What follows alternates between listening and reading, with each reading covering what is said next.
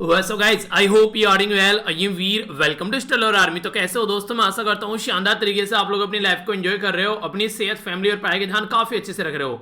बड़ी ही प्यारी, बड़ी ही शानदार और बहुत प्रैक्टिकल बात बोली गई है। कोई भी अगर आप लोग किसी के सामने रोते हैं तो आप लोग के आंसू को नोटिस नहीं करेगा। कोई भी आप लोग अगर दुखी हैं तो उसको जल्दी से नोटिस नहीं करेगा। अगर आप लोगों को पेन हो रहा है किसी चीज को लेकर तो कोई उसको नोटिस नहीं करेगा। पर हां, अगर आप लोगों ने कोई गलती कर दी, कोई मिस्टेक कर दी, तो दुनिया उसको तुरंत नोटिस कर लेगी। आप लोगों ने बात सुनी होगी ना कि इज्जत बनाने में पता नहीं कितना टाइम लग जाता है, पर लेकिन गंवाने में कुछ सेकंड ही काफी है, तुरंत इज्जत चली जाती है।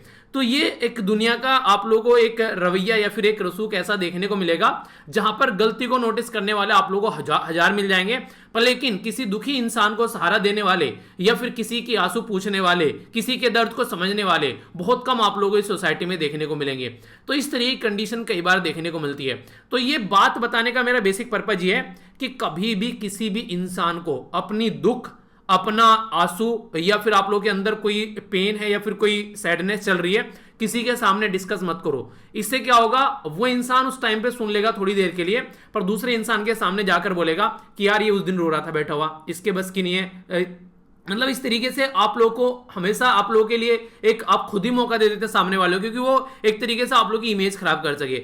तो ये कुछ ऐसी चीजें हैं जो इंसान को अपने अंदर रखनी चाहिए। और अगर शेयर भी करनी है तो बहुत ही एक डिफाइंड पर्सन होना चाहिए कि हाँ, जिसके सामने आप लोग शेयर कर सको, और उस पर्सन का जो ट्रैक रिकॉर्ड है वो अच्छा होना चाहिए आप लोगों की नजरों में कि हाँ, इस इंसान ने कभी भी मुझे गलत ना तो सलाह दी है, ना ही मेरी बातें किसी के सामने रिवील की है, और ना ही ये इंसान जो है कभी भी फालतू की बातें करता है। एक छोटी सी बात यहां पर बोलना चाहूंगा, जो इंसान किसी की बुराई आप लोगों के सामने कर रहा है वो इंसान इस धरती पे सबसे घटिया इंसान है, क्योंकि आपकी बुराई तुरंत किसी और के सामने करेगा। तो अगर कोई भी इंसान किसी की बुराई कर रहा है तो एक सेकंड में आप लोग समझ सकते हैं कि ये इंसान कैसा है। तो हमेशा उससे डिस्टेंस बनाने की कोशिश करिए, क्योंकि आज आप लोगों की बुराई कर रहा है, आप लोगों के सामने किसी और की बुराई कर रहा है, तो इसकी क्या गारंटी है कि आपकी बुराई नहीं करेगा किसी और के सामने जाकर। तो इसीलिए कभी भी किसी की भी बुराई न कीजिए किसी के भी सामने। कोशिश करो अगर अच्छी कुछ बातें डिस्कस कर सको, ताकि आप लोगों का माइंड भी अच्छा रहे और एक तरीके से आप लोगों का डिबेट और डिस्कशन अच्छा रहे, फालतू में टाइम वेस्ट न हो।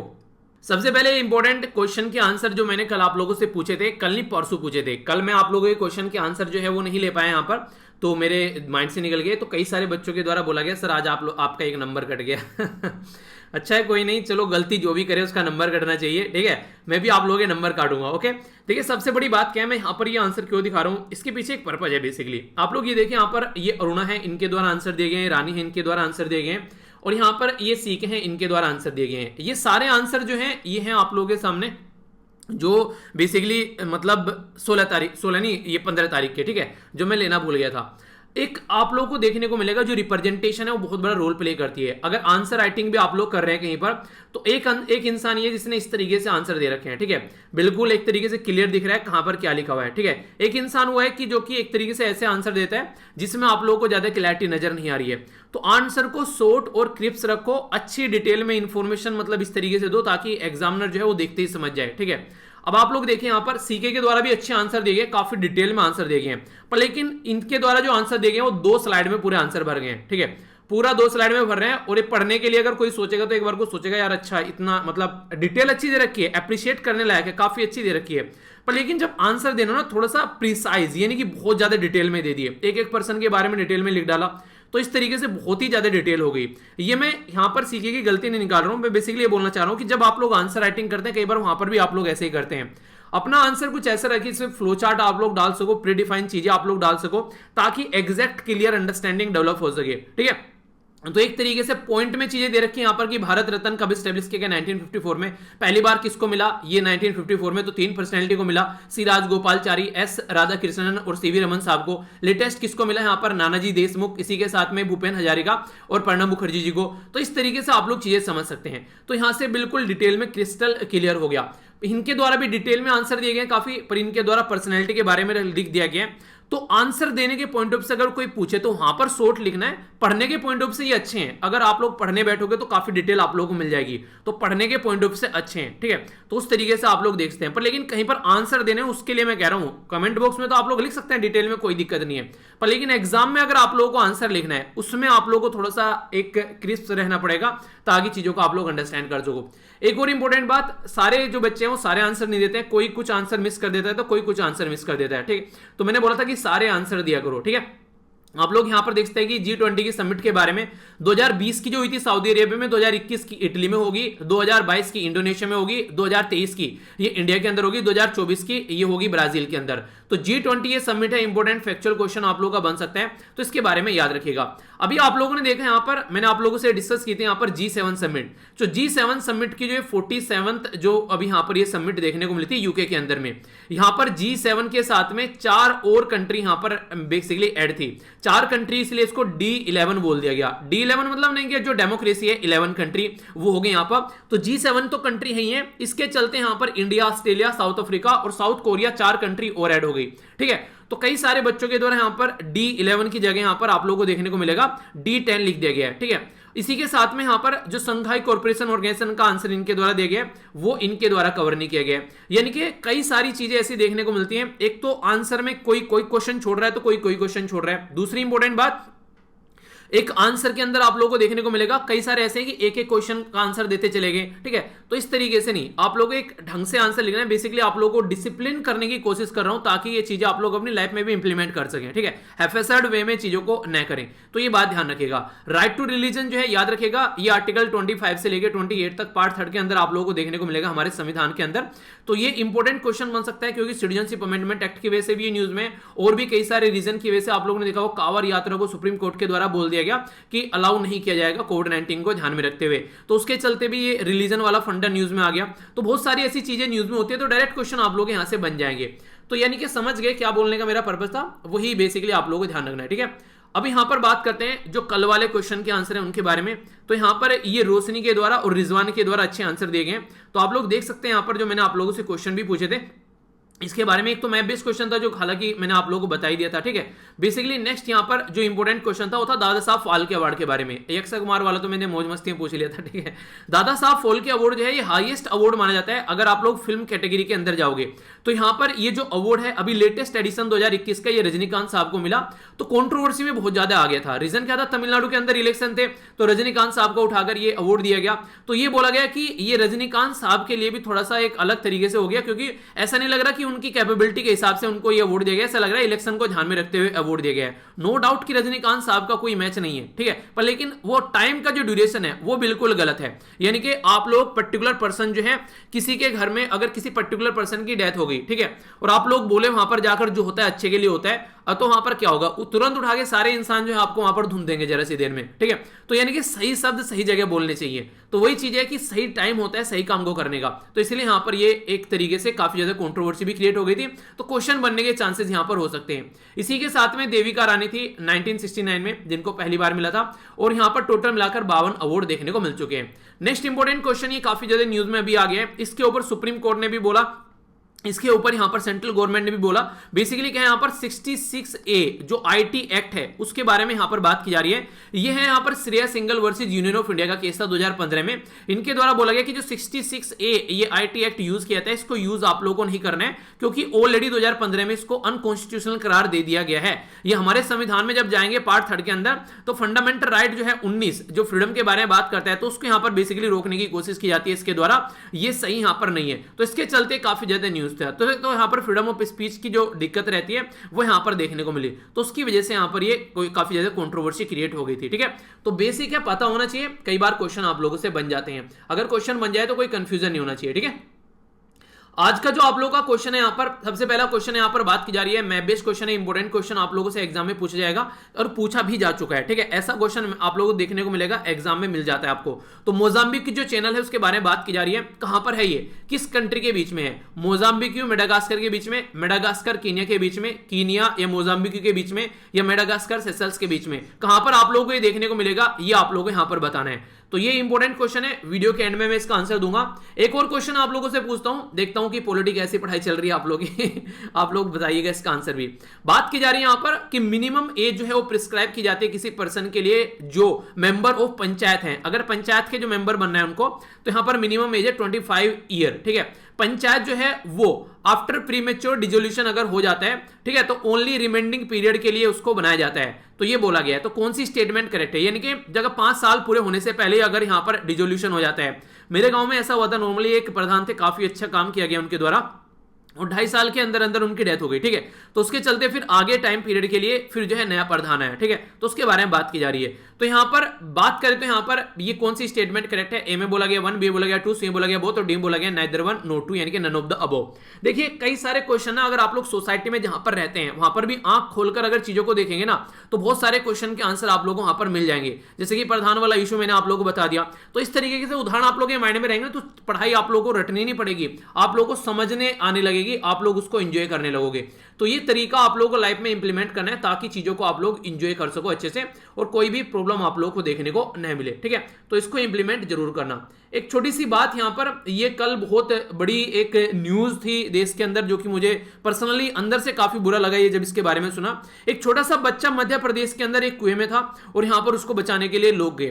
तो इस कुएं के पास में जो लोग जाकर खड़े हुए, तो आप लोगों को पता है कि मानसून का टाइम चल रहा है, तो पानी बरसता रहता है, तो पानी जो है उसकी वजह से जो पास का एरिया है कुएं का वो गीला हो रखा कहीं ना कहीं। तो ये क्या हुआ, ये आसपास का कुआं ही ढह गया। तो कुआं ढह गया तो इसके अंदर और लोगों की जान चलेगी, यानी कि बचाने जा रहे थे यहां पर एक बच्चे को, इसके साथ में 11 लोगों की और जान चलेगी। तो इसलिए कभी भी एक रस में न रहे, अगर कोई ऐसी कंडीशन देखने को मिले थोड़ा रुक जाइए, क्योंकि पता चला कि एक तरीके से गए थे कुछ अच्छा काम करने और ज्यादा बुरा काम हो गया। तो बात जान बचाने गए थे एक बच्चे की, पर लेकिन और दुनिया भर के लोग यहां पर गिर गए, उनकी सबकी जान चली गई, कई सारे की। तो ये होती है कई बार एक तरीके से हफरा तफरी में जब कोई डिसीजन लिया जाता है, ऐसी दुर्घटना। तो कोशिश ये करनी है कि आप लोगों को थोड़ा सा अपना ध्यान रखना है, कहीं पर भी कोई ऐसी कंडीशन बने तो थोड़ा सा चीजों को डिस्टेंस बनाकर रखिए, ठीक है। आइए बात करेंगे आज के आर्टिकल्स के बारे में, कौन कौन से आर्टिकल हम लोग को डिस्कस करने हैं। देखिए पहले आर्टिकल डिस्कस करेंगे, फिर न्यूज एनालिसिस करेंगे, ठीक है। तो पूरा लेक्चर लास्ट तक देखा कीजिए, डिटेल में बहुत सारी चीजें डिस्कस की जाएगी, काफी डिटेल में चीजों को देखेंगे इसी के साथ में। पर उससे पहले आप लोगों के सामने है यहाँ पर ये क्वेश्चन जो कि आप लोगों को अटेम्प्ट करना है। ये क्वेश्चन आप लोगों से पूछा जा सकता है, ठीक है। ये 2021 है, 20 कहां से हो गया 20 ही चल रहा है अभी हमारा।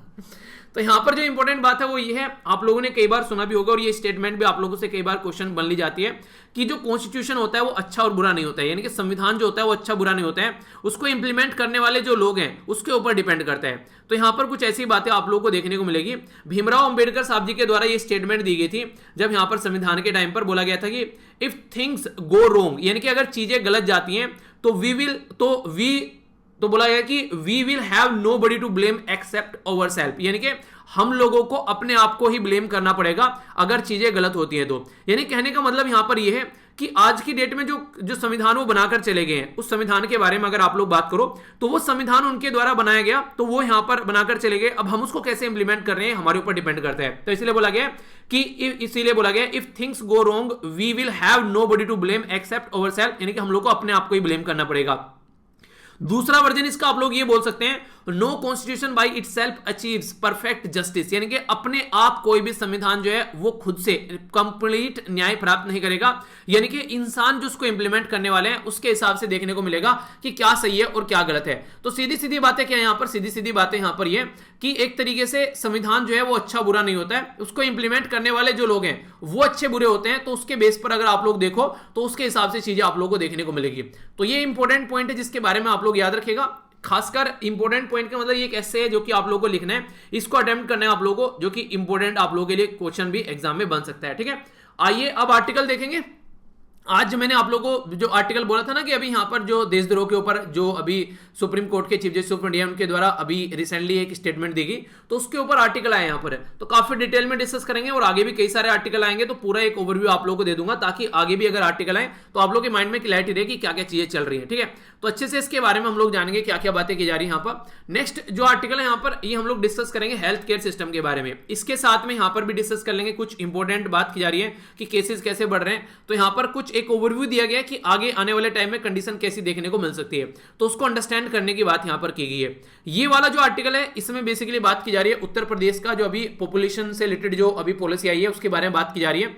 उसके बारे में याद रखिएगा, उत्तर प्रदेश के द्वारा अभी रिसेंटली जो प्रस्तुत किया गया उसको बोलते हैं Uttar Pradesh population control stabilization और वेलफेयर बिल 2021। ठीक है, तो उसके चलते यहां पर देखिए उत्तर प्रदेश ने कुछ चीजें रखी जो मैं कई बार आप लोगों से डिस्कस कर चुका हूं। उन्होंने कुछ तो बोला गया कि हाँ जो लोग उसको पैटर्न को फॉलो करेंगे तो उनको सपोर्ट किया जाएगा, जो पैटर्न को फॉलो नहीं करेंगे उसको एक सपोर्ट नहीं किया जाएगा। तो इसका मतलब है उन्होंने कैरेट एंड स्टिक वाली पॉलिसी अप्लाई की है, यानी कि जो भी यहां पर काम करेगा उसको कैरेट यानी कि गाजर मिलेगी। जैसे गधे के ऊपर बैठते हैं ना, तो उसके एक डंडी पर आगे गाजर लटका रही है और पीछे से उसको डंडी मारे जा रहे हैं। ठीक है, तो यानी कि एक तरीके से अगर अच्छा काम करोगे, जैसे मम्मी पापा बोलते हैं ना अच्छा काम करोगे तो तुमको मोबाइल मिल जाएगा या फिर लैपटॉप ला कर देंगे, अगर सही से काम नहीं करोगे तो फिर जो है डंडा पड़ेगा। ठीक है, तो ये होता है कैरेट एंड स्टिक वाली अप्रोच। तो ये अप्रोच कई बार फॉलो की जाती है, तो वही पॉलिसी के चलते यहां पर भी फॉलो की गई है, पर लेकिन ये चीजें सही नहीं है। ठीक है, तो यहां पर जो फोकस रहना चाहिए वो वुमेन की हेल्थ के ऊपर फोकस रहना चाहिए, बच्चों की एजुकेशन और हेल्थ के ऊपर फोकस लेकर चलना चाहिए था। तो ये वाले मुद्दे ज्यादा इंपॉर्टेंट थे आज की डेट में। चाइल्ड मोर्टेलिटी या फिर इन्फेंट मोर्टेलिटी, यहां पर अगर बात करें आप लोग किस तरह की कंडीशन है, हेल्थ केयर सिस्टम कैसा है, उसको ध्यान में रखते हुए हम लोग को चीजें लेकर चलनी चाहिए। तो पॉपुलेशन कंट्रोल करना जो है वो एक तरीका होना चाहिए था। वैसे अगर बात करें जैसे कि international conference on population development जो 1994 की है, तो इंडिया जो है उसका सिग्नेटरी है। तो इसलिए हम लोगों को भी जो यूनियन जो इंटरनेशनल लेवल पर जो बातें हैं उसके हिसाब से हम लोग काम करना चाहिए, ना कि रैंडम अपनी पॉलिसी लेकर चलनी चाहिए। आप लोगों को पता होगा जब हमारी कंट्री में इमरजेंसी लगी 1975 से लेके 1977 तक, उस टाइम पर इंदिरा गांधी जी ने यहां पर नसबंदी का प्रोग्राम चलाया, नसबंदी अभियान। तो उस टाइम पर लोगों को पकड़ पकड़ कर उनकी नसबंदी कराई गई। आप लोग समझ सकते हैं कि कितना फियर लोगों के अंदर उस टाइम पर आ गया होगा इस चीज को लेकर। तो लोगों के अंदर अगर डर रहेगा किसी चीज को लेकर, वो पॉलिसी कभी सक्सेस हो ही नहीं सकती है। आप लोगों को उसके लिए लोगों को कंफर्टेबल करना पड़ेगा। तो डराकर काम कराना ये एक सही चीज नहीं है। लोगों को अप्रिशिएट कर कर, लोगों को सपोर्ट कर कर तब काम कराओ तो वो काम अच्छे रहेंगे। यानी कि एक तरीके से कोई बच्चा अगर कोई छोटा सा गलत काम कर देता है तो उसको बोलो कोई नहीं बेटा, ये ऐसी चीजें चलती रहती हैं, ये आगे से रिपीट मत करना इसको, पर हाँ आगे से अच्छे से फोकस करना और बहुत अच्छा कर रहे हो, तो उस बच्चे के अंदर कॉन्फिडेंस आ जाएगा। पर लेकिन पता चला उसको धुंधिया पकड़कर एक जरा सी गलती होती तो फिर चीजें सही नहीं चलेंगी। तो यही बात बोली जा रही है कि आप लोग जिस तरीके से पॉलिसी लेकर चल रहे हो वो सही तरीका नहीं है। तो रॉन्ग पाथ फॉलो किया जा रहा है सही चीजों को अचीव करने के लिए। तो ये बातें यहां पर इसके अंदर बोली गई है। तो पॉलिसी में आप लोगों से कई बार डिस्कस कर चुका हूं, वो पिक्चर भी मैंने टेलीग्राम पर डाल दी थी जो आप लोगों ने देखी होगी, तो उसको आप लोग जरूर कोशिश कीजिएगा कि हाँ एक बार थोड़ा सा नजर में को निकाल लेना। ठीक है, आज सैटरडे को ग्राउंड जीरो आता है, और ग्राउंड जीरो के बारे में अगर बात करें तो सबसे बुरी कंडीशन ये देखने को मिल रही है कि काफी लार्ज स्केल पर आज की डेट में फेक कैंप लगाए जा रहे हैं। कोविड-19 की दवाई को लेकर लोगों को लूटा जा रहा है दबाकर। यहां पर एक ऐसी हरकत की गई, एक फेक आईएएस ऑफिसर बना, उसके द्वारा फेक कोविड-19 के कैंप लगाए गए और लाखों लोगों की पैसे जो है यहाँ पर लाखों रुपए यहाँ पर एक तरीके से लोगों के हड़प लिए इस पर्टिकुलर पर्सन ने। जब पता चला तो काफी लेट हो चुकी थी। ऐसी जो दुर्घटनाएं अभी काफी लार्ज स्केल पर देखने को मिलेगी हमारे देश में। दुनिया भर की फेक दवाइयां, दुनिया भर के फेक चीजें आप लोगों को देखने को मिलती है। तो इसके चलते एडमिनिस्ट्रेशन को भी थोड़ा सतर्क होना पड़ेगा और जनता को भी थोड़ा जागरूक होना पड़ेगा, तभी इन चीजों को आप लोग रोक सकते हैं। तो एथिकल पॉइंट ऑफ व्यू से अगर आप लोग किसी पर्टिकुलर एरिया के डिस्ट्रिक्ट एडमिनिस्ट्रेटिव ऑफिसर है या फिर आप लोग वहां पर आईपीएस हैं उस पर्टिकुलर एरिया के, और आप लोगों को लगता है कि ऐसे फेक कैंप चलाए जा रहे हैं, तो आप लोग इस प्रॉब्लम को कैसे टैकल करोगे, तो इसके बारे में आप लोगों से एथिक्स के अंदर भी क्वेश्चन बन सकता है। ठीक है, तो एथिकली भी यहां पर ये चीजें ठीक नहीं है। तो कम से कम सबसे बड़ी बात तो ये कि एडमिनिस्ट्रेशन को एक यहां पर दुरुस्त रहना चाहिए।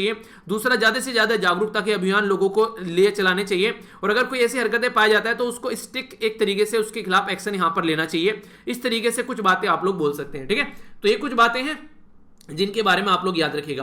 अब आर्टिकल की ओर चलेंगे। शानदार आर्टिकल है, अच्छे से आप लोग एंजॉय करिएगा यहाँ पर इस आर्टिकल को। इस आर्टिकल के बारे में डिटेल में मैं सारी चीजें डिस्कस करने वाला हूं। यहाँ पर पहले समझ लेते हैं ये आर्टिकल न्यूज में क्यों आया। हमारी कंट्री के जो चीफ जस्टिस ऑफ इंडिया है जिनका नाम है एनवी रमना, ठीक है, तो ये हमारी कंट्री के अभी यहाँ पर 48 चीफ जस्टिस ऑफ इंडिया बने। कौन से हैं? 48 चीफ जस्टिस ऑफ इंडिया के याद होना चाहिए आप लोगों को, क्योंकि मैंने बताया था उस दिन ये 24th को बने थे, तो 24th को बने थे 48 चीफ जस्टिस ऑफ इंडिया, ठीक है। तो इस तरीके से याद रख लेना। देखिए ऐसे भी स्टेटमेंट देकर आप लोगों से यूपीएससी के द्वारा क्वेश्चन पूछे गए, ठीक है। आप लोगों को याद होगा आर्मी के चीफ के बारे में पूछ लिया गया था स्टेटमेंट देकर कि हाँ 25th आर्मी चीफ है या फिर कुछ ऐसे करके। तो आप लोगों से कई बार ये पर्टिकुलर नंबर भी पूछा जाता है, ठीक है। तो अगर हल्का सा याद रहेगा, रटने वाली बात नहीं है, थोड़ा सा आप लोगों को पता होगा तो क्वेश्चन आप लोगों के माइंड में क्लियर रहेगा। इनके द्वारा ये बोला गया कि हमारे देश में जो सेडेशन का यानी कि देशद्रोह का जो चार्ज लगाया जाता है लोगों के ऊपर, आई है यहां पर सेक्शन 124A। ये किसका है यहां पर? यह आईपीसी यानी कि इंडियन पिनल कोड यानी कि भारतीय दंड संहिता। तो ये जो लोगों के ऊपर आप लोग ये चार्ज लगा रहे हैं देशद्रोह का, इस पर्टिकुलर सेक्शन को यूज करके, ये अंग्रेजों के द्वारा लाया गया था और उस टाइम पर यहां पर ये महात्मा गांधी बाल गंगाधर तिलक जी के ऊपर लगाया गया था। और आप लोग आज की डेट में इसको यूज कर रहे हैं आजादी के 75 साल बाद भी। इंपॉर्टेंट बात तो यहां पर यह है कि जिसके द्वारा ये लॉ लाया गया था 2009 में, उन्होंने अपने देश में से ये लॉ हटा दिया और हम लोग इस लॉ को अब तक ढो रहे हैं। तो ये कहीं ना कहीं जो फ्रीडम है जो लोगों की, उसको बेसिकली रोक रहा है, उसको ढंग से एक तरीके से इंप्लीमेंट नहीं करने दे रहा है। इंटरेस्टिंग बात तो यहां पर इनके द्वारा ये बोलेगी कि अगर बात करें आज की डेट में, अगर आप लोग देखेगा, दी गई एक कुल्हाड़ी बेसिकली किसी को, या फिर आरी आप लोग बोल सकते हैं कारपेंटर को, बेसिकली काटने के लिए एक लकड़ी का टुकड़ा, पर उसने क्या करा, पूरा पेड़ काट डाला। यानी कि कहने का मतलब यहां पर ये कि आप लोगों को ये जो पर्टिकुलर सेक्शन दिया गया था कोर्ट के द्वारा, इसको रोका गया था, इसको बेसिकली नल एंड वॉइड करार नहीं दिया गया था। उसका बेसिक पर्पज ये था कि आप लोग इसको इफेक्टिवली यूटिलाइज कर सको, इसको जिस तरीके से यहां पर जरूरी है उसको कम से कम गलत चीजें सोसाइटी में ना देखो, उसको रोक सको। पर लेकिन आप लोगों ने क्या किया, लोगों को ही रास्ते से हटाना स्टार्ट कर दिया। तो ये सही तरीका यहां पर नहीं है। तो इसका मिसयूज ज्यादा देखने को मिल रहा है, लोगों को बेसिकली गवर्नमेंट का प्रोटेस्ट ना करे वो सब चीजें रोकने के लिए इसका मिसयूज देखने को मिलता है। तो ये सही नहीं है। तो इसके बारे में ये आर्टिकल देखने को मिलेगा, इस स्टेटमेंट के बारे में। स्टेटमेंट अभी कम है यहां पर, और कई सारी इंपॉर्टेंट बातें आप लोगों को जानने को मिलेगी आखिर क्यों ये न्यूज में है। इसके बारे में कुछ बेसिक इंफॉर्मेशन भी आप लोग जानिएगा। पहले यहां पर समझते हैं ये निकलकर कहां से आया, हमारी कंट्री में क्या क्या चीजें इससे रिलेटेड देखने को मिल रही हैं, और फिर आबार फिलहाल अभी क्या बात की जा रही है। तो इस तरीके से पूरा आर्टिकल लेके चलते हैं, ठीक है, ताकि एक एक पॉइंट आप लोगों के माइंड में क्रिस्टल क्लियर हो जाए। तो इंडियन पिनल कोड भारतीय दंड संहिता, तो 1860 में ये हमारी कंट्री में इसको इंप्लीमेंट किया गया, जिसको शॉर्ट फॉर्म में आप लोग आईपीसी बोलते हैं। तो इसके अंदर दुनिया भर के सेक्शन आप लोगों को देखने को मिलेंगे जो कि जिसके बेस पर ये काम करते हैं। सबसे पहले यहां पर अगर बात करें जो सेडेशन है, ये 17वीं सेंचुरी में लाया गया था इंग्लैंड के अंदर में। उनका बेसिक पर्पज ये था लाने का कि कोई भी राजा रजवाड़े जो है वहां पर या फिर गवर्नमेंट जो है उसके खिलाफ जो है फालतू की बातें न करें, उसके खिलाफ जो है कमेंट न करें गवर्नमेंट या फिर मोनार्की के खिलाफ। तो उनके द्वारा ये लाया गया अपने देश के अंदर में। पर लेकिन हमारा देश उस टाइम पर इन्हीं के कंट्रोल में था, लगभग 200 साल तक ये रूल करके गए। तो फिर ऐसा हुआ कि हमारे देश में भी इसको इंप्लीमेंट करने की बात की, क्योंकि हमारे देश में भी जो कंट्री इनकी गवर्नमेंट हुआ करती थी, ये जो गवर्नमेंट चलाते थे हमारी एडमिनिस्ट्रेशन हमारी कंट्री में चलाते थे, तो उसके चलते कई सारी दिक्कत देखने को मिलती थी। तो इनके चलते इनको लगा कि यहां पर भी इसको इंप्लीमेंट करते हैं। तो जब हमारी कंट्री में लाया गया ड्राफ्ट इसका तैयार करके, जैसे भीमराव अंबेडकर साहब के द्वारा संविधान का ड्राफ्ट तैयार किया गया, तो ड्राफ्ट तैयार करते हैं मतलब खाका तैयार करना कि उसको कैसे लेकर चलेंगे। तो आईपीसी का अगर खाका पूछा आप लोगों से किसके द्वारा तैयार किया गया, तो इंपॉर्टेंट क्वेश्चन आप लोगों से बन सकता है, ये मत बोलना क्वेश्चन कहां से आ गया। तो भाई साहब यहां से बन जाएगा क्वेश्चन कि थॉमस मैकॉले। तो ये आप लोगों का पॉलिटी के अंदर भी क्वेश्चन बन गया, ये आप लोगों का हिस्ट्री के अंदर भी क्वेश्चन बन गया। तो इस तरीके से कई बार आप लोगों को देखने को मिलेगा ओवरलैप है सिलेबस। तो अगर आप लोग ढंग से कवर कर लेंगे टॉपिक को, हो सकता है उस टॉपिक से आप लोगों को पॉलिटी के अंदर क्वेश्चन बन जाए, हो सकता है हिस्ट्री के अंदर क्वेश्चन बन जाए। तो ये जरूरी नहीं है कि पॉलिटी के अंदर बनना है, हिस्ट्री के अंदर बनना है, ये जरूरी है कि क्वेश्चन बन रहा है तो आप लोग आंसर दे रहे हैं नहीं दे रहे, ठीक है। तो ये जरूरी है। अगर बात करें इंडियन पिनल कोड भारतीय दंड संहिता के बारे में, तो ड्राफ्ट तैयार किया गया 1837 में, और 1860 में फिर इस ड्राफ्ट को जो है इंप्लीमेंट कर दिया। यानी कि 23 साल बाद जब ये ड्राफ्ट बनाया गया, 23 साल बाद हमारे देश में इंप्लीमेंट कर दिया। पर लेकिन जब ये ड्राफ्ट इंप्लीमेंट किया, यहां पर एक थोड़ा सा ट्रिकी पॉइंट है जो क्वेश्चन आप लोग कंफ्यूजन में डाल सकता है। ये हाँ याद रखिएगा, स्टेटमेंट दे देगा कि इंडियन पिनल कोड का सेक्शन 124 जो है 1860 में इंप्लीमेंट किया गया। आप लोग बोलोगे हाँ यार सही तो है, 1860 में तो आया था, पर लेकिन नहीं, आप लोगों को याद रखना है ये इंपॉर्टेंट पॉइंट जो कि आप लोगों को कंफ्यूजन में डाल सकते हैं। 1860 में जब हमारी कंट्री में इंडियन पिनल कोड को इंप्लीमेंट किया गया, उस टाइम पर इनके द्वारा ये सेक्शन 124A जो था वो यहां पर नहीं था, यानी कि देशद्रोह वाला फंडा इसके अंदर नहीं था। ये देशद्रोह वाला फंडा जो था 10 साल बाद इनके द्वारा ऐड किया गया। जब 10 साल द्वारा ऐड किया गया तो उस टाइम पर थॉमस मैकाले के द्वारा ऐड नहीं किया गया। यहां पर ये इंपॉर्टेंट, इसलिए मैंने बोला इंपॉर्टेंट बात क्या हो सकती है, इंपॉर्टेंट बात ये हो सकती है स्टेटमेंट में बोल देंगे कि थॉमस मैकाले के द्वारा इसको ऐड किया गया, नहीं, जेम्स स्टीफन के द्वारा इसको फील किया गया कि ऐसा कुछ होना चाहिए। चाहिए, तो उनके द्वारा फिर इसको इंट्रोड्यूस किया गया अमेंडमेंट को, जिसके बाद में हमारे देश के अंदर इंडियन पिनल कोड के अंदर सेडिशन यानी कि देशद्रोह का चार्ज जो है वो सेक्शन 124A के तहत यहां पर इंडियन पिनल कोड भारतीय दंड संहिता का पार्ट बन गया। और आज तक ये पार्ट चला हुआ है 1870 से लेके 2021 में डिस्कस कर रहा हूं मैं ये आर्टिकल आप लोगों से, तो तब से ये पार्ट चला हुआ आ रहा है। पास्ट में महात्मा गांधी जी के खिलाफ इसको यूज किया गया। इसी के साथ में मैंने बताया ना अभी जो हमारी जो महान पर्सनैलिटी थी, अगर कुछ भी उनको ऐसा स्टेप उठाती थी, यहां पर प्रोटेस्ट करती थी, कुछ भी ऐसा कुछ काम था, तो तुरंत उनके खिलाफ यहां पर इसके तहत यहां पर एक्शन लिए जाते थे। तो इसलिए पास्ट में इसका काफी लार्ज स्केल पर यूज किया गया। हमारी कंट्री के जो फ्रीडम फाइटर थे उनको सप्रेस करने के लिए, उनको उनकी बात ना सामने निकल कर आए उसको दबाने के लिए यहां पर इसका काफी ज्यादा यूज किया गया। वही पैटर्न आज के डेट में यहां पर जो basically chief justice of India उनके द्वारा बोला गया कि प्रेजेंट टाइम पर यूज किया जा रहा है हमारी कंट्री में, उसी पैटर्न को जो पुराने टाइम पर यहां पर उनके द्वारा फॉलो किया जाता था। ठीक है, तो इसलिए इसके बारे में याद रखिएगा। इंपॉर्टेंट बात यहां पर क्या है, अगर आप लोगों से क्वेश्चन पूछा जाए एग्जाम में तो कंफ्यूज मत होना। सबसे पहले यहां पर ये जो एक्ट था, यहां पर ये ट्रायल जो थे वो किसके खिलाफ यहां पर यूज किया गया, तो सबसे पहले ये यूज किया गया था यहां पर जोगेंद्र चंद्र बोस के द्वारा, ये यहां पर 1891 में। ठीक है, फिर आगे चलकर यहां पर बाल गंगाधर तिलक और महात्मा गांधी जी के खिलाफ भी इसको यूज किया गया, यानी कि 1870 में आया, फिर यहां पर 1891 में पहली बार यहां पर यूज किया गया। ठीक है, तो इसके चलते यहां पर आप लोग याद रखते हैं। और महात्मा गांधी जी और बाल गंगाधर तिलक जी के खिलाफ ये 1922 में यहां पर इसको यूज किया गया।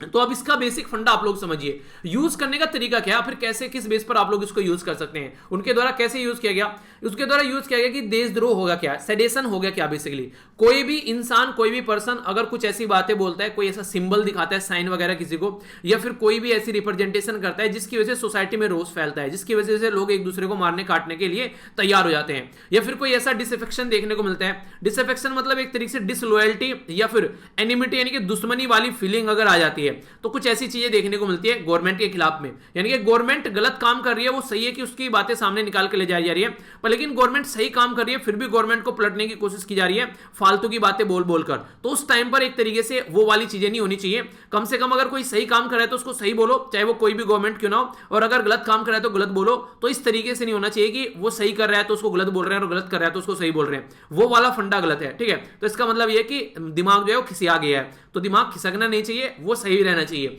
तो ये सारे बेसिकली चीजों को रोकने के लिए, सोसाइटी में सौहार्दपूर्ण माहौल बनाने के लिए इसको लाया गया। ये आ तो गया, इसका मतलब क्या हो गया, अगर ये किसी के ऊपर लग जाता है तो ये उसकी जिंदगी खराब कर देता है। एक तो उसको बेल नहीं मिलेगी, नॉन बेलेबल ऑफेंस आप लोगों को देखने को मिलेगा। ठीक है, यानी कि एक तरीके से काफी बुरी कंडीशन यहां पर फंस सकती है इंसान को अगर पकड़ लिया गया। इंप्रिजनमेंट जो है वो 3 साल तक तो होगा ही होगा, ये आप लोगों को लाइफ टर्म की कैटेगरी में भी ले जा सकता है और फाइन भी लग सकता है अगर आप लोगों का जो गुनाह होगा उसके हिसाब से। इसी के साथ में अगर किसी पर्टिकुलर पर्सन के ऊपर लग जाता है, पासपोर्ट वगैरह उसके जब्त कर लिए जाते हैं और गवर्नमेंट जॉब के लिए उसको डिबार्ड कर दिया जाता है कि इसको गवर्नमेंट जॉब अब नहीं मिलेगी, कि ही इज नॉट एलिजिबल, ना तो एसएससी के लिए, ना यूपीएससी के लिए, ना स्टेट पीसीएस के लिए कोई जॉब यहां पर नहीं मिलने वाली है, तो उसके लिए भी इसको डिबार्ड कर दिया जाता है। तो यानी कि देशद्रोह का चार्ज लगाना किसी पर्टिकुलर पर्सन के ऊपर ये काफी ज्यादा खतरनाक साबित हो सकता है। तो क्या ये हमारी कंट्री में इसी तरीके से चला हुआ है? आज तक इसके बारे में किसी ने बात नहीं की कि होना चाहिए नहीं होना चाहिए, इसके बारे में क्या कुछ ऐसे कभी केस नहीं आए? जी हाँ, बिल्कुल आए। समझिए इसके बारे में। अभी पूरा आर्टिकल जो है, पूरा आर्टिकल बोल रहा हूं, पूरा मुद्दा जो है वो अभी इसी के ऊपर है। ठीक है, इसके ऊपर क्या है मुद्दा? इसके ऊपर मुद्दा यह है कि अभी जो केस था यहां पर Kedarnath versus state of Bihar का केस था, उस केस के बेस पर बोला जा रहा है इसको पर्टिकुलर जो एक्ट है इंडियन पिनल कोड के अंदर जो यहां पर ये पर्टिकुलर सेक्शन है इसको रिव्यू किया जाएगा। रिव्यू किया जाएगा मतलब कैसे?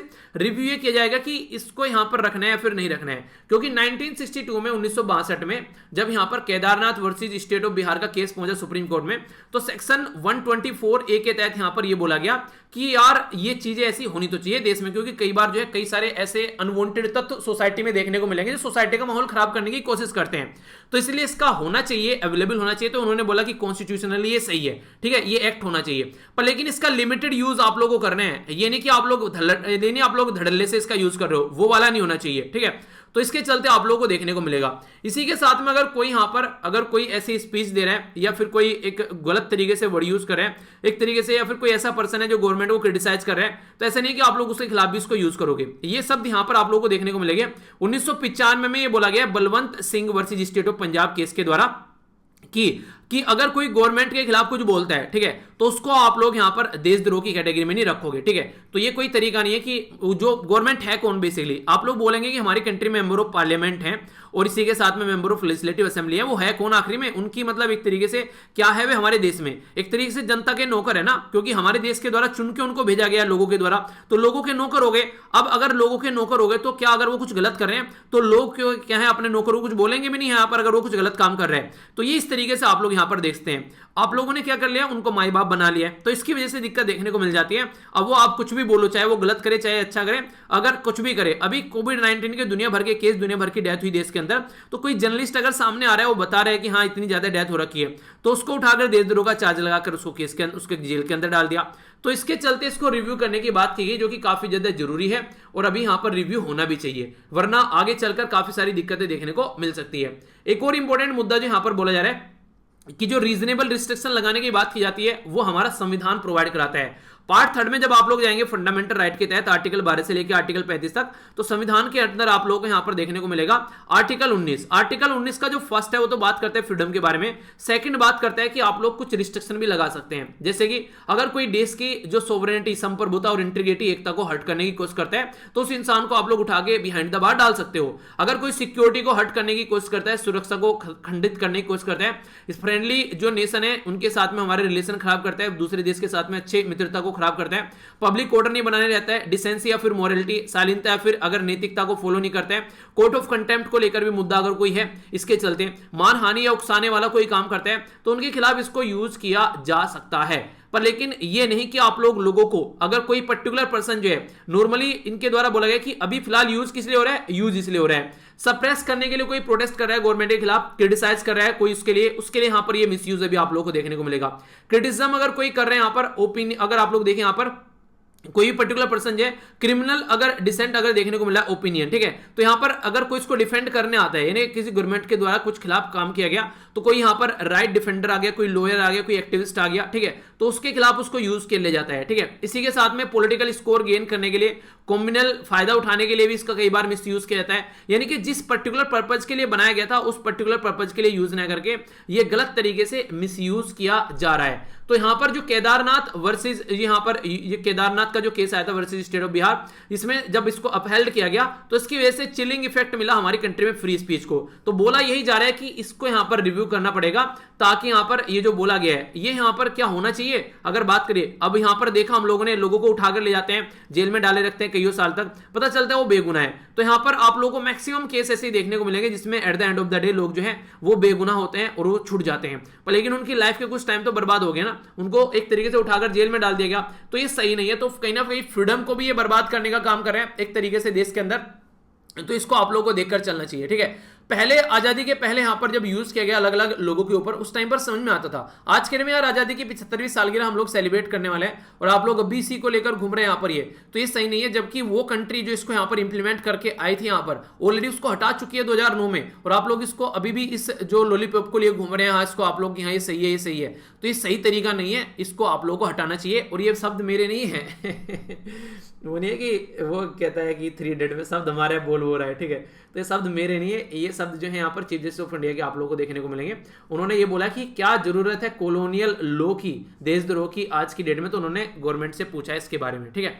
तो ये है यहाँ पर क्वेश्चन, ठीक है, तो इसके बारे में आप लोग आइडिया रखिएगा। तो पूरा आर्टिकल है यहाँ पर, और हाँ आप लोगों को मैंने बोला था ना एक आर्टिकल कम से कम जरूर पढ़िएगा, इसको आप लोग एक बार पढ़ भी लीजिएगा। आज का पढ़ने का आर्टिकल आप लोगों को यही है, इसके ऊपर एक बार नजर जरूर डालेना, ये आप लोगों को जो कॉम्प्रिहेंशन वगैरह है उनमें काफी ज्यादा फायदा इससे रिलेटेड देखने को मिलेगा, ठीक है।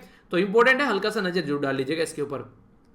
अब चलते हैं नेक्स्ट आर्टिकल के ऊपर। बेसिकली ये बात कर रहा है हेल्थ केयर सिस्टम के बारे में। हेल्थ केयर सिस्टम जो है कोविड-19 की वजह से काफी ज्यादा चरमरा गया है। इस आर्टिकल में इंपॉर्टेंट बात मुझे ये लगी कि एक चीजों को कंपेयर करके दिखा रहा है। अभी हमारी कंट्री में नए यूनियन हेल्थ मिनिस्टर आ गए, मनसुख साहब, ठीक है। अब मन सुख है, अब कितना मन सुख रखने वाले हैं जनता का वो देखने को मिलेगा। पहले हर्षवर्धन साहब जो है वो फेल हो गए, इसकी वजह से माना जा रहा है कि उनको हटा दिया गया। तो अभी कैबिनेट में जो रीसफल किया गया, कैबिनेट का रीसफल का मतलब होता है कि जब नया कैबिनेट आ गया या फिर कुछ को चेंज किया गया तो वो बातें की जा रही है। तो बोला ये जा रहा है कि अब यहां पर जो नए हेल्थ मिनिस्टर आ रहे हैं उन्हें क्या क्या सीखना चाहिए पुराने एक्सपीरियंस से, ठीक है। जिसको अनफिनिश्ड टास्क जो छोड़कर गए हैं वहां पर वो उसको कैसे लेकर इनको आगे चलना चाहिए। यानी कि कोविड-19 के बीच में ही उनको हटाया गया। अभी कोविड-19 को टैकल नहीं कर पाए, तो अब ये कैसे लेकर चलेंगे उस चीज को, पहली तो ये बात है। दूसरा, एज ए सिटीजन अगर देखा जाए यहाँ पर, तो क्या एक्सपेक्ट हम लोग कर सकते हैं गवर्नमेंट से कि गवर्नमेंट क्या बेटर पब्लिक हेल्थ हम लोग को प्रोवाइड कराएगी, क्या कोविड-19 को कंट्रोल ढंग से किया जाएगा जो कंडीशन देखने को मिल रही है। तो ये दो क्वेश्चन इनके द्वारा पूछे गए हैं। यानी कि पहला तो ये कि जो नए अभी यहां पर मिनिस्टर आए हैं वो पुराने वाले से गलतियों से क्या सीखने वाले हैं। दूसरा, जनता क्या एक्सपेक्ट कर सकती है इनसे, तो ये बातें यहां पर बोली गई है। अभी यहां पर कुछ चीजों के आंसर भी दे रहे हैं। सबसे पहले तो ये बात कर रहे हैं, अगर आप लोगों को कभी देखना है आप लोगों की परफॉर्मेंस कैसी है, तो तुरंत क्वेश्चन पेपर आप लोग उठा लीजिए पुराने, ठीक है। देखिए कोई भी टेस्ट सीरीज वगैरह पे आप लोग बाद में जाइए, पहले पुराने ओल्ड क्वेश्चन पेपर लगाइए। जब पुराने ओल्ड क्वेश्चन पेपर आप लोग लगा लो, उसके बाद में ही टेस्ट सीरीज के ऊपर जंप मारो, ठीक है। उससे पहले टेस्ट सीरीज के ऊपर जंप मैं मारो, उससे क्या पता रहेगा आप लोगों को, पुराने क्वेश्चन पेपर देखने से आप लोगों को एक अंदाजा लग जाएगा कि लेवल क्या होता है एग्जाम का, और टेस्ट सीरीज भी सही बनी हुई है या फिर नहीं बनी हुई है जो कि आप लोगों ने परचेज की है, ठीक है। तो वो भी आप लोगों को देखने को मिलेगी, या फिर आप लोगों को देखने को मिलेगा कि लेवल क्या है उस पर्टिकुलर पेपर का जो आप लोग लगा रहे हैं। तो पुराने क्वेश्चन पेपर सबसे पहले आप लोग लगाइए, ठीक है। तो ये जरूरी है। टू स्टेट को कंपेयर करके इनके द्वारा बोला गया सबसे पहले दो राज्य को, और वो दो राज्य कौन से जिनको कंपेयर किया जा रहा है, दो राज्य यहां पर केरला और महाराष्ट्र। तो केरला और महाराष्ट्र क्यों कवर किया गया, क्योंकि नंबर ऑफ कोविड-19 के जो केसेस थे अभी यहां पर काफी लार्ज स्केल पर देखने को मिले थे। केरला के अंदर तो शुरुआत हुई थी क्योंकि काफी ज्यादा लोग हमारे देश के बाहर रहते हैं, वो केरला से ही निकल कर आते हैं, तो इसलिए इनको दोनों को यहां पर कंपेयर किया गया। सबसे पहले जो बात की गई कि दोनों जो स्टेट है यहां पर, ये करेंटली हाईएस्ट नंबर ऑफ कोविड-19 के केस देखने को मिल रहे हैं दोनों राज्य में, केरला में और कर्नाटक में।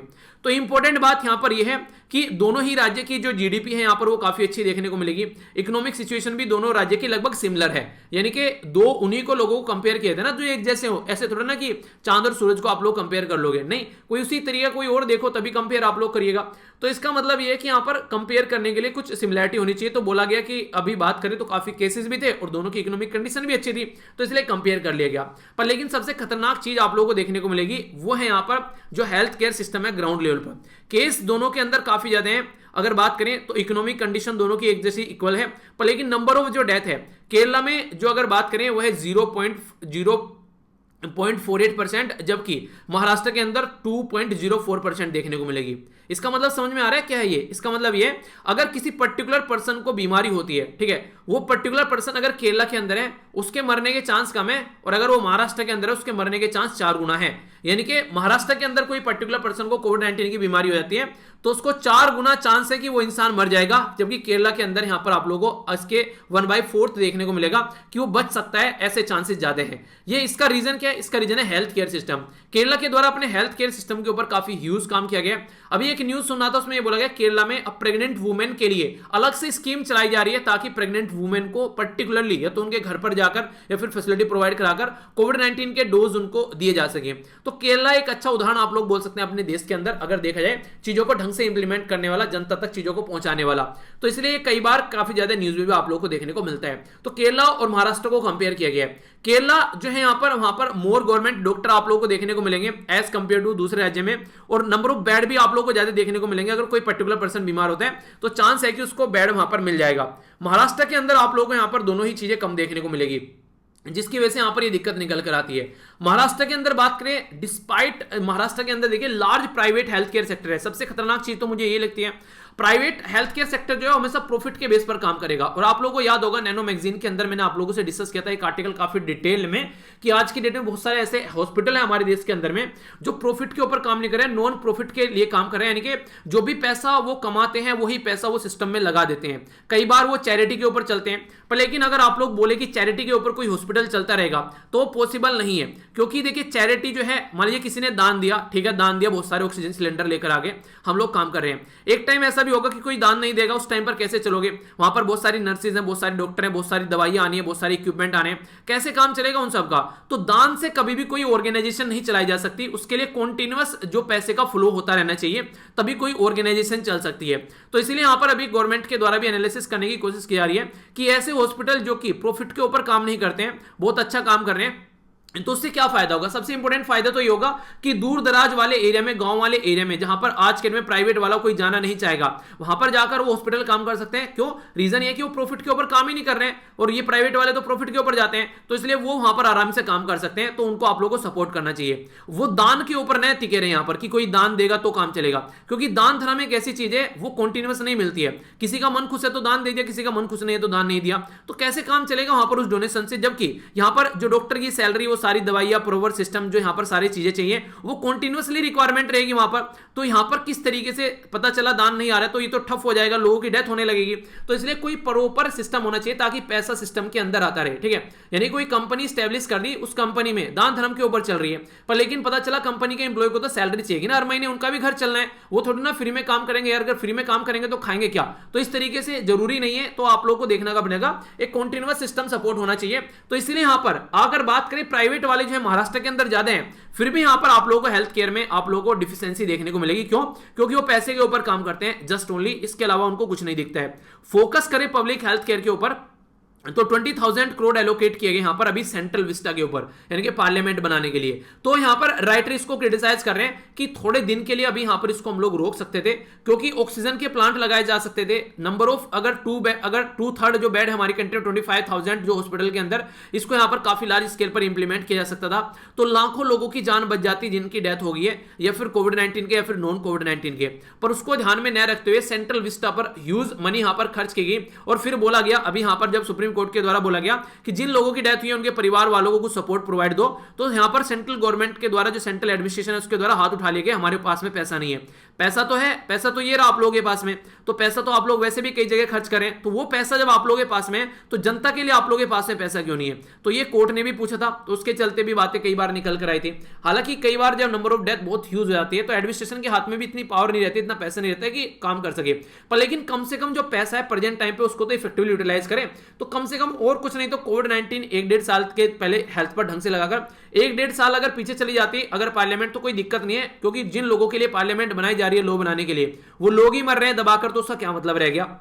तो इसके चलते काफी ज्यादा क्रिटिसिज्म हुआ, ठीक है। हालांकि देखिए दोनों चीजें इंपॉर्टेंट है अपनी जगह पर, लेकिन वही बात है, एक इंसान को फीवर है और एक इंसान को हार्ट अटैक आया हुआ है, ठीक है। तो फीवर वाला इंसान जो ज्यादा फीवर नहीं है, ठीक ठाक है, उसको मतलब 99 या फिर 100 के करीब, और एक इंसान ऐसा है जो कि उसको कुछ सर्विस नहीं मिली तो वो मरने वाला है। तो हेल्थ केयर सिस्टम किसके लिए ज्यादा इंपॉर्टेंट है ये बताइए। तो यहां पर ये सेंट्रल विस्टा प्रोजेक्ट अगर 5-6 महीने साल भर अगर पोस्टपोन हो जाता और बाकी का जो लाखों लोग मर रहे हैं उनके ऊपर अगर काम किया था तो कौन सा बेटर है। तो ये काफी इंपॉर्टेंट बात यहां पर बोलेगी, ठीक है। और रीजन क्या बोला गया कि यहां पर तो आप लोग पैसा दे रहे हैं इस पर्टिकुलर प्रोजेक्ट के लिए, और जहां पैसा देना चाहिए वहां पैसा नहीं मिल रहा है। अभी ये बोला गया कि अगर बात करें हम लोग नेशनल अर्बन हेल्थ मिशन के अंदर, इनके द्वारा 1,000 करोड़ रुपए दिए गए। 1,000 करोड़ रुपए का मतलब है कि 2 रुपए पर मंथ पर अर्बन इंडियन, यानी कि जो शहरों में लोग रहते हैं, एक इंसान के हिस्से में 2 रुपए आते हैं। अगर वो हेल्थ केयर की फैसिलिटी लेगा तो 2 रुपए में क्या होंगे, 2 रुपए में तो आज की डेट में आप लोगों को एक उन्हीं के पहले चिंगम आती थी, तो चिंगम तो खैर देखने को मिल जाती है, तो क्या होगा 2 रुपए में, आज के डेट में कुछ भी नहीं होने वाला है 2 रुपए में। तो इसका मतलब यह है कि 2 रुपए आप लोग किस तरीके से काउंट कर रहे हैं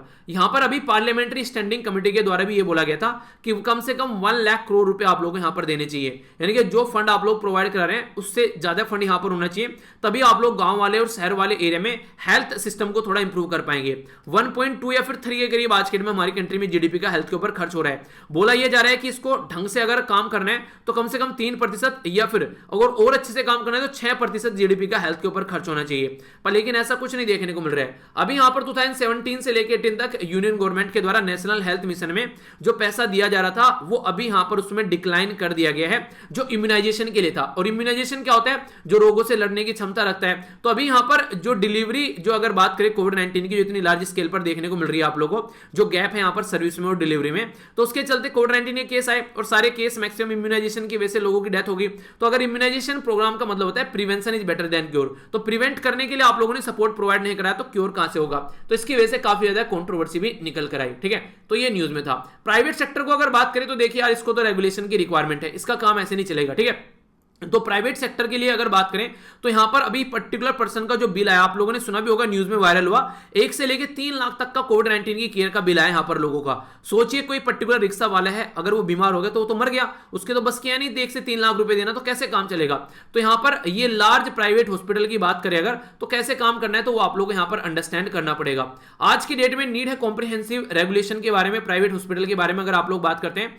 अब तक बात करें तो नेसेसरी स्टेप है प्रमोट करने के लिए काफी ज्यादा जरूरी, और क्लिनिकल इस्टेब्लिशमेंट जो यहां पर बात करें, या फिर ये रेगुलेशन जो यहां पर रजिस्ट्रेशन रेगुलेशन एक्ट आना चाहिए, यानी कि प्राइवेट जो भी हॉस्पिटल हैं उनको टैकल करना पड़ेगा आप लोगों को, सेंट्रल गवर्नमेंट को, उनके लिए प्रॉपर रेगुलेशन आना चाहिए कि कोई पर्टिकुलर बीमारी है तो उसके लिए अगर 5,000 रुपए लग रहे हैं तो 5 लाख रुपए नहीं लेने हैं उसके लिए, ठीक है, वरना 5 लाख आप लोगों की हड्डी तोड़कर छोटी छोटी कर दी जाएंगी।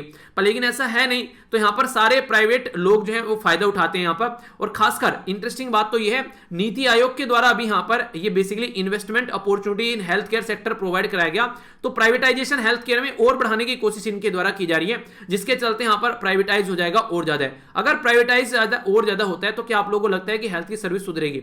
तो इससे मतलब पर्सनली अगर देखा जाए, देखिए कुछ ऐसी चीजें होती हैं जिसमें प्रॉफिट आप लोग देखकर नहीं चल सकते, जैसे कि जो हेल्थ हो गई, हेल्थ इंसान की सही रहेगी तो तभी चीजें जो है वो आगे से चल पाएगी। एजुकेशन हो गया, अगर इनको प्रॉफिट बेस अगर इनको बनाने लगेंगे, इनको एक तरीके से धंधे की तरीके से इनको लेकर चलने लगेंगे तो फिर दिक्कत होने लगती है। इतना पैसा लीजिए ताकि सिस्टम चलता रहे, ना कि लूटने आप लोग बैठ जाओ, ठीक है। जैसे कि आप लोगों ने देखा, जैसे कि आईएएस की कोचिंग के बारे में बात कर लीजिए, 1-1 लाख 1.5 लाख रुपए ले रहे हैं, तो ये कोई ज्यादा आप लोगों को लग रहा है कि ये सही एक फीस है यहां पर? चलो समझ में आता है कि 15-20 हजार 30 हजार तक आप लोग ले लो, इतना समझ में आता है, ठीक है। 1.5 लाख रुपए क्योंकि टीचर बहुत सारे पढ़ा रहे हैं, चलो ठीक है, उसको इस तरीके से लेकर आओ। तो ये इस तरीके से आप लोग को देखने को मिलेगा कि एजुकेशन जो है वो एक बिजनेस की तरीके से उसको ट्रीट किया जा रहा है, ठीक है।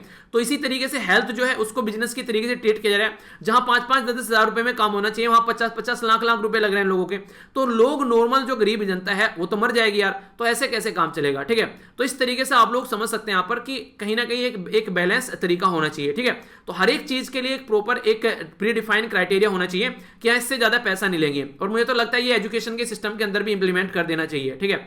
कोई प्रीलिम्स की तैयारी कर रहा है तो उसके लिए पर्टिकुलर पैसा रख दो कि हाँ वो 10,000 रुपए ज्यादा नहीं लेगा, ठीक है।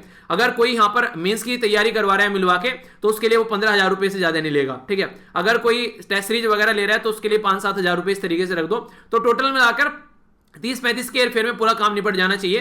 पर्टिकुलर पर्सन अगर कोई आईएएस की तैयारी कर रहा है, इतना लोग अफोर्ड कर सकते हैं एक बार को आईएएस की तैयारी के लिए, पर लेकिन 1.5 लाख रुपए तो फीस ही फीस हो गई। कोई बाहर जाकर रहेगा अपना 10-12 हजार रुपए महीने के उसके लगेंगे, तो टोटल मिलाकर 4-5 लाख रुपए का पैकेज हो गया तो सीधा, तो ऐसे कैसे इंसान अफोर्ड कर पाएगा? तो आप लोग की क्या रहे इसके बारे में आप लोग बताइए ऐसा कुछ होना चाहिए, नहीं होना चाहिए? तो इसी तरीके से रेगुलेशन एजुकेशन के ऊपर भी और हेल्थ के ऊपर भी ऐसा रेगुलेशन हो जाना चाहिए कि हाँ इससे ऊपर कोई भी इंसान जो है वो नहीं जाएगा। तो आप लोग ही क्या रहे बताइए इसके बारे में। अभी यहां पर जैसे ये चार्ज एज्यूम कर रहे हैं यहां पर, तो प्राइवेटाइज के ऊपर ज्यादा फोकस न देकर हेल्थ के ऊपर ज्यादा फोकस देखना चाहिए। और अभी यहां पर एक अपॉर्चुनिटी है इनके सामने कि कैसे हेल्थ पॉलिसी को लेकर चलते हैं ताकि जो ऑर्डिनरी लोग हैं वो भी चीजों को एंजॉय कर सकें और चीजें सही डायरेक्शन में चल सकें।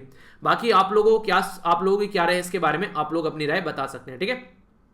आइए अब यहां पर हम लोग नजर डालेंगे बेसिकली आज के जो इंपॉर्टेंट आर्टिकल हैं उनके ऊपर हम लोग देखेंगे क्या क्या चीजें न्यूज में क्या क्या चीजें अभी चल रही हैं। सबसे पहले तो यहां पर जो बात की जा रही है ये इंटरेस्टिंग चीज लगी, कोविड-19 के चलते भी लोगों के पास में इतना पैसा भी देखने को मिल रहा है कि यहां पर डिमांड जो है वो ज्यादा होती जा रही है जो मर्सिडीज बेंज की हमारी कंट्री में, और सप्लाई जो है उतनी नहीं कर पा रहे हैं, यानी कि मर्सिडीज गाड़ी काफी लार्ज स्केल पर हमारे देश के अंदर खरीदी जा रही है। आप लोगों को बोलूं मर्सिडीज या फिर BMW में से कौन सी आप लोगों को ज्यादा बेटर लगती है इनमें से, या फिर जैगवार, ठीक है, तो कौन सी ज्यादा अच्छी लगती है? मतलब जो भी आप लोगों को अच्छी लगती है गाड़ी, अगर आप लोगों को कोई बोले कि आप लोगों की ड्रीम कार है तो कौन सी गाड़ी लेना चाहेंगे?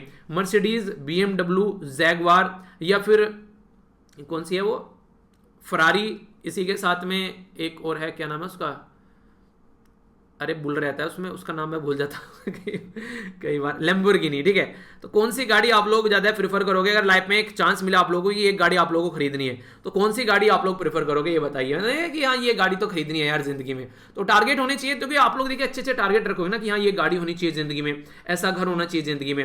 और इसमें सबसे पहले एक चीज और याद ऐड कर लेना थोड़ी सी, अगर ऐड कर पाओ तो इतने हमको जनता की लोगों की हेल्प भी करनी है, तो अपने अंदर वो भी एक भावनाएं रखेगा, तो फिर आप लोग सही डायरेक्शन में चलते रहोगे।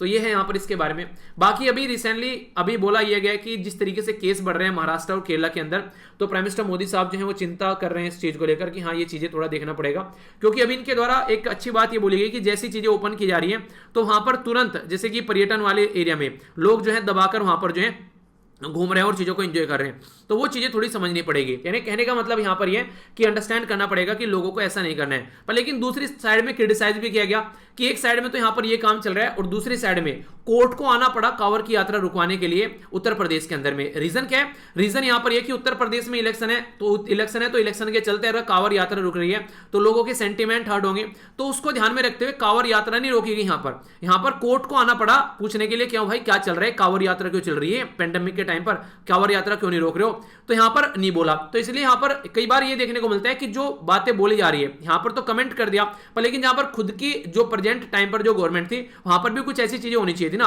तो यानी कि सबके लिए एक जैसा रूल और रेगुलेशन होना चाहिए, सबको एक तरीके से लेकर चलो, क्योंकि बीइंग ए प्राइम मिनिस्टर कहीं ना कहीं ये चीजें देखने को मिलनी चाहिए कि वो कंट्री के प्राइम मिनिस्टर हैं। इलेक्शन के टाइम पर चलो सही है, पर लेकिन लोगों की जान भी तो इंपॉर्टेंट है ना। तो कांवर यात्रा कोर्ट को आकर रुकवानी पड़ रही है यहां पर ये, तो ये थोड़ा सा मुझे पर्सनली अंदर से अच्छा नहीं लगा। चाहे यहां पर कोई भी होता तो पर्सनली थोड़ा सा मतलब अच्छा नहीं लगा पर्सनली मुझे, क्योंकि इस तरीके से हो सकता है कि बहुत सारे लोग फिर से यहाँ पर कोविड-19 की चपेट में आ जाए, तो कंडीशन खराब होने को देखने को मिल सकती है। अभी हाईकोर्ट के द्वारा बोला गया कि जो चिल्ड्रन है, यानी कि जो बच्चे हैं, उनके बारे में अगर बात करते हैं तो यहाँ पर विदाउट ट्रायल जो है ये एक डिजास्टर हो सकता है, यानी कि एक तरीके से बच्चों के ऊपर भी फोकस देकर चलना चाहिए। तो क्विक वैक्सीन यहाँ पर आने वाले टाइम में उसके ऊपर स्टडी की जा रही है, कैसे बच्चों को आप लोग प्रोवाइड करा सकते हो, तो किस तरीके से उसको लेकर चला जा सकता है, ठीक है। तो उसके ऊपर यहाँ पर चीजें देखने को मिल रही है, यानी कि अंडर 18 को कैसे लेकर चलना है। आगे अगर बात करें तो ये थोड़ी सी एक दुखद घटना आप लोग बोल सकते हैं। हमारे देश के एक जर्नलिस्ट थे, उनकी अभी रिसेंटली डेथ हो गई अफगानिस्तान के अंदर जो माहौल बना हुआ है उसके चलते।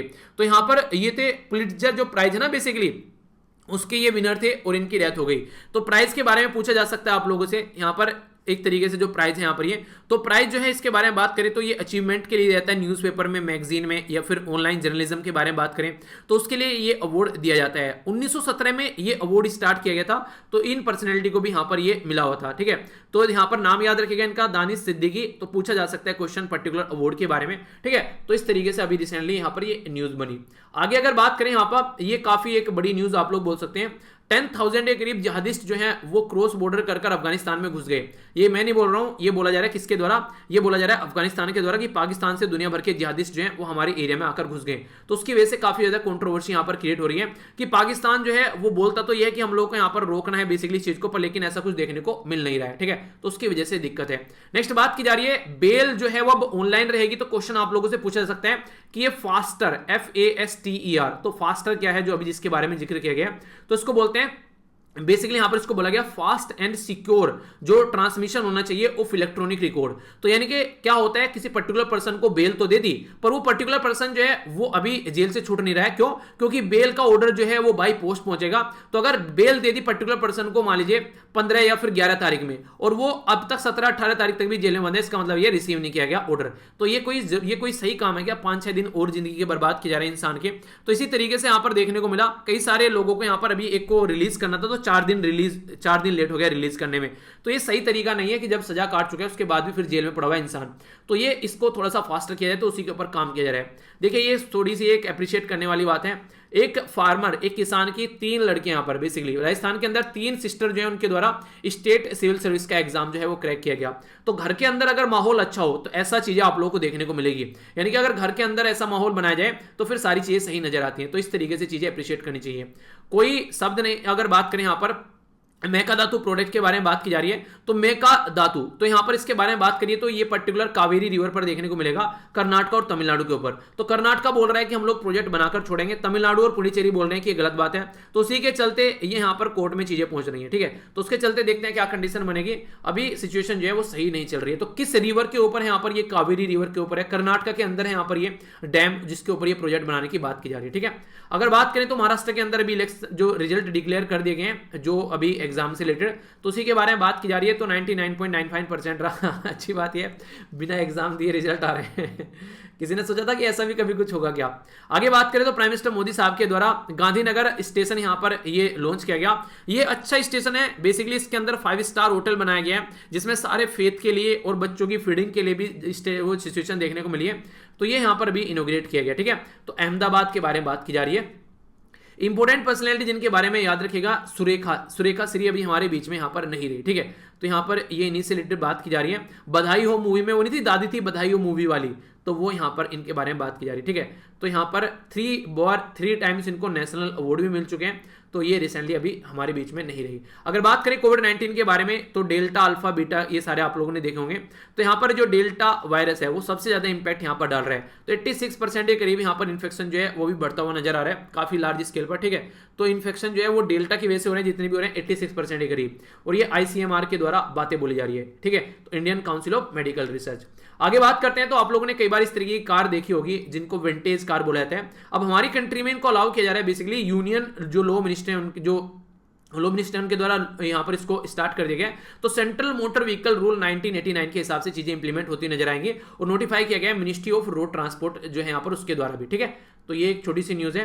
अफगानिस्तान के अंदर अगर तालिबान जो है अगर लड़कर, पीटकर, मारकर, काटकर गवर्नमेंट बनाता है तो हम लोग उसको एक्सेप्ट नहीं करेंगे, यूएसए ने ये बोला है। अब बोलते रहो, जब करके चले गए वो तो अब क्या करोगे। रसिया के बारे में बात करें तो रसिया जो ये बोल रहा है यूएस से जिस तरीके छोड़कर गया है वो सही तरीका नहीं है, ऐसे इसको यहां से नहीं निकलना चाहिए था, काफी बुरी कंडीशन बन चुकी है। आगे बात करें तो ओलंपिक के लिए तैयार है हमारे जो चीते और चीतियां, यानी कि हमारे जो देश के महान खिलाड़ी हैं वो ओलंपिक के लिए तैयार हैं। तो अच्छी बात है, तो all the best to all of you. अभी यहाँ पर गेम स्टार्ट होने वाले हैं, तो इसके चलते सब जो है तैयार है, ठीक है। उन्हें कहते हैं कि गांडी उठाकर तैयार है बिल्कुल वॉर करने के लिए। तो क्वेश्चन जो मैंने आप लोगों से पूछे थे, पहला क्वेश्चन था यहाँ पर ये पर्टिकुलर इसके बारे में, तो आंसर इसका ए है। मोजाम्बिक और मेडागास्कर के बीच में आप लोगों को देखने को मिलेगा, ठीक है। तो यहाँ पर देखिए ये हो गया मेडागास्कर और ये हो गया मोजाम्बिक, इसके बीच में यहाँ पर ये चैनल। अगर अपनी कंट्री कंपेयर में देखना चाहते हैं तो आप लोग देखिए यहाँ से लेकर यहाँ की बात कर रहा हूँ मैं, ठीक है। तो ये इस चैनल की बात की जा रही है, ओके। तो ये हो गया यहाँ पर आंसर।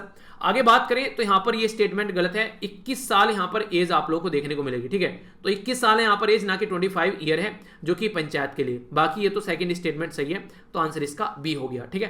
तो इस तरीके से तो अच्छे से पार्टिसिपेट करते रहिए। आज नंबर मत काटना, आज तो कर दिया सारा काम, ठीक है। तो अच्छे से एंजॉय कीजिए, अपना ध्यान रखिए। अगर लेक्चर पसंद आता है तो इस लेक्चर को रेट जरूर दीजिए। आप लोग 10 में से क्या रेट देंगे जरूर बताइए। पसंद नहीं आया तो डिसलाइक करने का पूरा हक है। अपना ध्यान रखिए, अपने परिवार का ध्यान रखिए। नेक्स्ट लेक्चर में मिलता हूं। बड़ों को नमस्ते, छोटों को प्यार, छोटी सी लाइफ में एंजॉय करार। तब तक के लिए जय हिंद।